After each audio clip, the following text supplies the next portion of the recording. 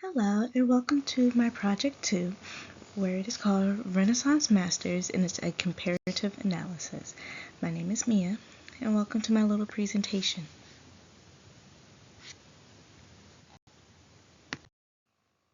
So for the introduction, in this PowerPoint, you will see an analysis of two famous Renaissance artists. Hieronymus Bosch was an artist who created gruesome imagery based on human sin and failures, while Leonardo da Vinci created more naturalistic styles and portraits. Two different Renaissance artists, but one made a major impact during their time frame and in today's time.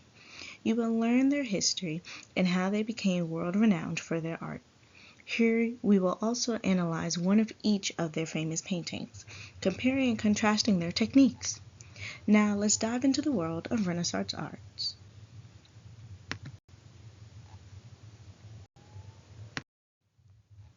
Leonardo da Vinci was born in 1452 in Italy. He is an Italian artist and engineer who innovated many items and created many notable paintings. Some say he created innovative mechanical pieces for different vehicles and devices. He was raised at his father's estate and was treated as a legitimate son. Here he would get renowned sessions in math, art, science, history, etc. But it wasn't until he was in his 30s where his interest really peaked for math and science. Da Vinci was very into natural science, philosophy, mathematics, and religion. Many can see the correlations of these themes within his works.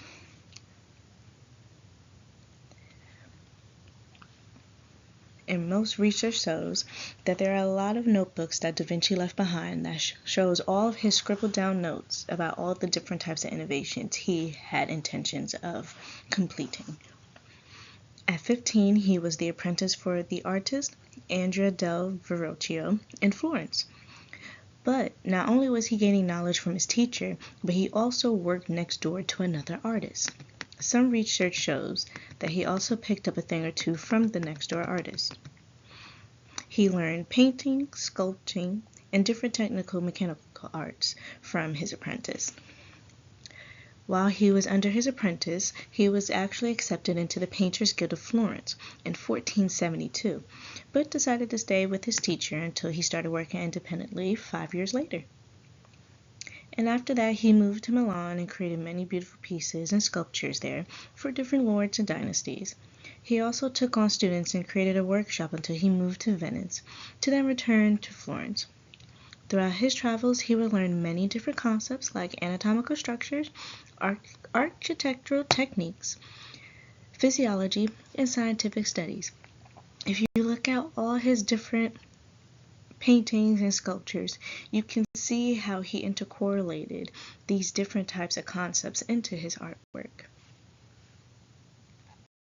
Hieronymus Bosch was also considered an enigmatic figure because there is not a lot of information that can be obtained from him. Studies show that he was born around 1450 in what is currently known as the Netherlands today. His actual name is called Jeronimus van Aken. He didn't really leave any letters or diaries behind, similar to how Da Vinci left some notebooks. Bosch didn't leave anything, so it makes it hard to find any real information about him. Most of the information that has been obtained, the little information that there is, was obtained from different locals around the area.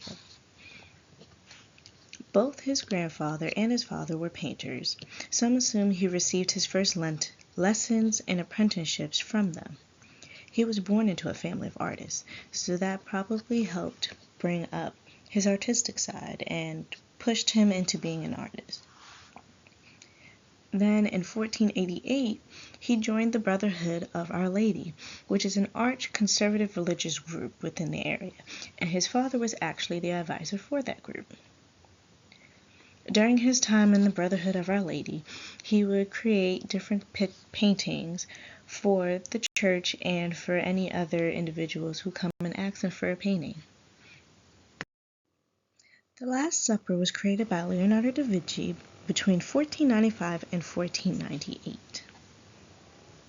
Da Vinci depicts Jesus' last moments with his 12 apostles, where Jesus states Matthew 26:21. Truly I tell you, one of you will betray me. This creates an uproar within the dining room as everyone tries to figure out who would betray Jesus. As one looks at each figure's face, one can see not only all the different emotions Da Vinci captures, but if one looks carefully, they can see small different items that hold biblical significance to the nature of this sacred meal. Da Vinci composed this painting using mathematical and geometric configurations, naturalistic styles, and biblical narratives. Da Vinci's reference to the biblical narrative can be seen throughout his painting. The number 3 is significant in this painting as it is defined as the Holy Trinity.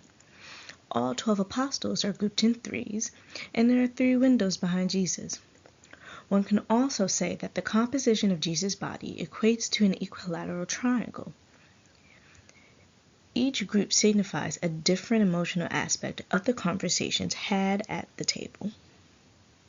This painting consists of linear perspective, with Jesus being in the center, used as the vanishing point. There is also plenty of principles and elements of designs. One main principle of design that one can see is linear perspective.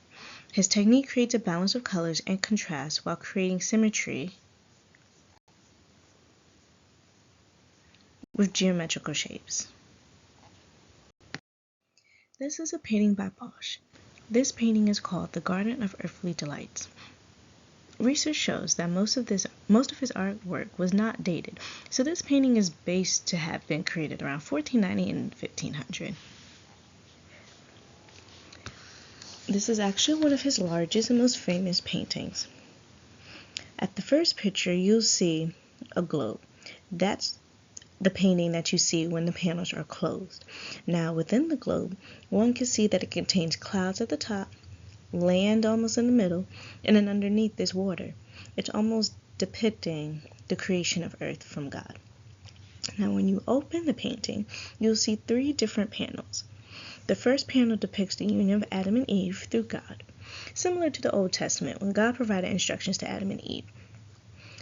And they're all surrounded by different animals from Jesus, and Jesus is actually in the painting. It's almost as if Jesus is giving them a hand and showing them it's time to procreate, it's time to multiply. The second panel shows what happens after Adam and Eve. So pretty much you will find a bunch of nude figures throughout the middle of the panel, and you'll see them partaking in different activities, whether it is expressions of lust, pleasure, or enjoyment. Now in the third panel, you can see more of a dark and undertoned color scheme. This panel depicts what hell would look like. So within part of this panel, you'll see different types of punishments, whether it is for lust, greed, or gluttony. So both artists had a style in creating biblical narratives. Now the difference is that they were on different sides of the spectrum. Da Vinci's style was more of a naturalistic style, in which he depicted a moment in history in which Jesus is at the table. Bosch's style depicted more of a gruesome side of the biblical narratives. He created paintings based on human sins and hell. Bosch was more inclined to making his paintings with religious themes or more so devotional art. Da Vinci's paintings weren't necessarily referenced to biblical times. It just so happened that this painting was in reference to biblical times and biblical moments. Da Vinci creates more so of self-portraits and portrait-like paintings. Also, Bosch used an impasto technique.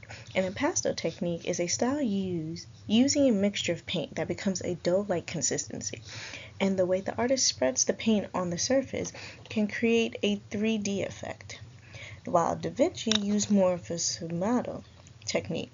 So the sfumato technique uses soft shading and blending to create more of a smoky effect.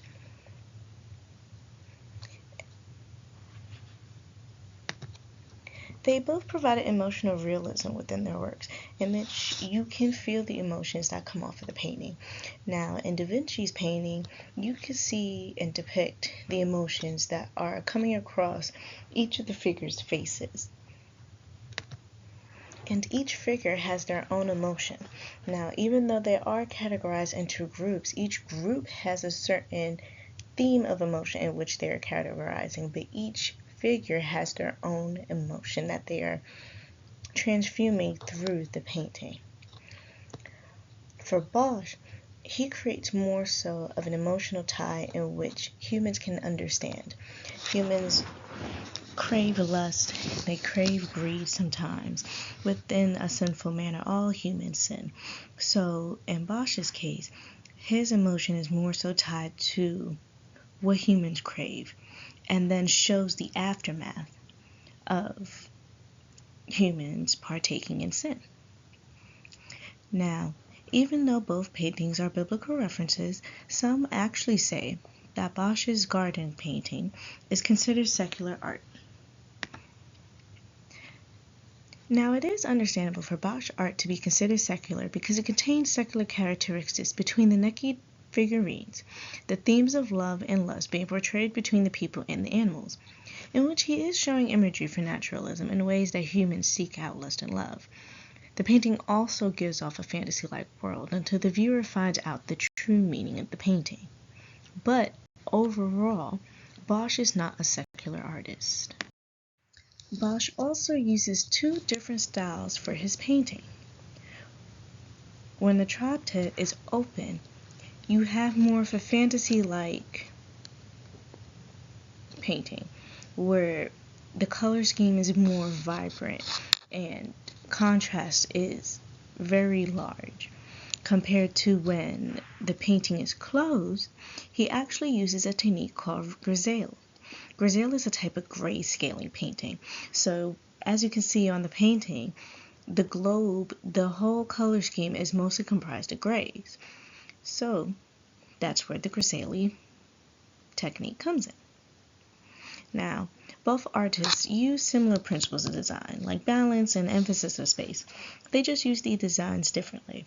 The space in Da Vinci's painting is a little bit more open to create a certain depth in which you can see the back of the room and you can also see everyone at the table with using linear perspective, while Bosch uses up most of his space, which creates almost this otherworld feeling. More so, he creates a bird's-eye view. The balance within Bosch's painting is more so based on the structure of the painting, the repetition he uses within all three panels. But for Da Vinci, his balance is based on a linear perspective. Speaking of perspective, both artists illustrate perspective, but from different angles.